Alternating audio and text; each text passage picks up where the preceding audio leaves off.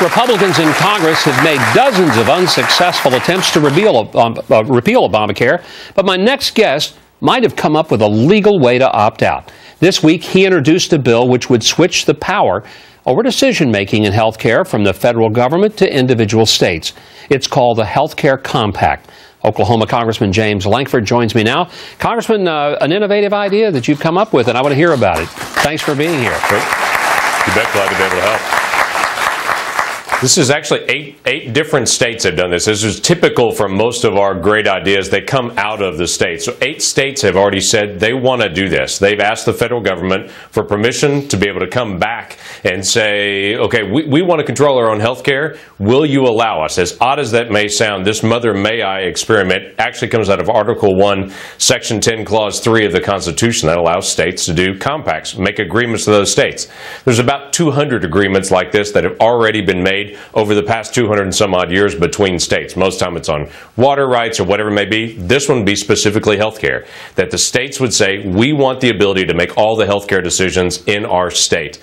This would free them not only from Obamacare, Medicare, Medicaid, S-CHIP, all those things that are mandatory programs. Those federal dollars would come to the state, and then the state can make the decision how best to take care of their people. The great thing about it is the states that want to do it can do it. Other states that say that they like their Obamacare, they can keep their Obamacare. Well, I'm sure there's just a whole lot of states that would love to follow that idea.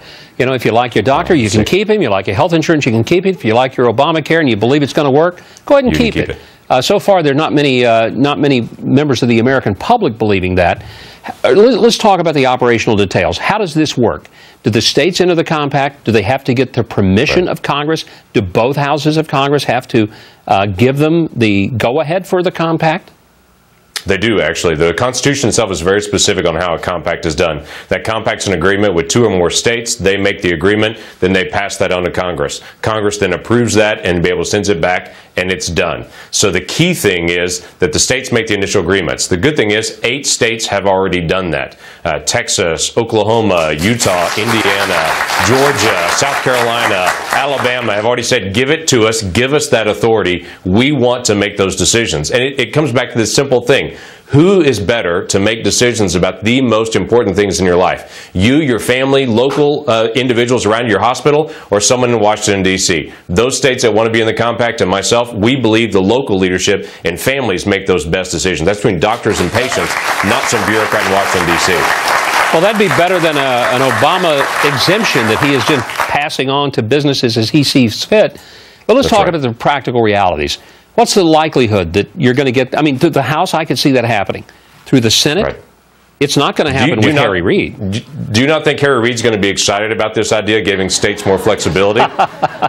Somehow you know a different Harry Reid than the one I'm watching up there, Congressman. I don't, actually. I do think this is will have overwhelming support in the House because states are already requesting this. We're fulfilling it. Basically, the states have picked up the phone and asked if anyone in Washington, D.C. will answer the phone. This is us officially answering the phone and saying, yes, we do want to give that authority back to those states. Now the key is to be able to communicate that to the American people and for those individuals to see it, and for the Supreme Court, not the Supreme Court, but they think they're the Supreme Court, for the Senate to be able to say, this is the decision that needs to be made. Now, here's the interesting thing about it is, I come from a Christian worldview in a biblical perspective. In Daniel chapter 1, Daniel, Shadrach, Meshach, and Abednego, or Hananiah, Mishael, Azariah, however you want to read that, they asked permission to say, let us eat vegetables. Let us try a different way of doing this and see if it doesn't turn out better. I'm trying to apply that same principle to say, allow these 8 states to try it and see if it doesn't work better. Well, I think the audience here certainly likes it. All right, let's suppose that the Senate changes hands this year, because I think we both realize that in order for this to happen, the compact to be approved, the Senate would have to turn to a Republican majority and put Harry Reid in the back of the room instead of controlling the calendar. Now, does the president have to sign or sign off on the compact for it to be respected? There is some dispute on that, actually, because there are federal dollars that are connected to it. Most of the compacts are just a legislative branch only. This one actually has the dollars. It basically block grants all those dollars, Medicare, Medicaid, S-CHIP, and all the Obamacare dollars back to the states, and says to them, you design your own system. So we'll have to work that out in the process of it.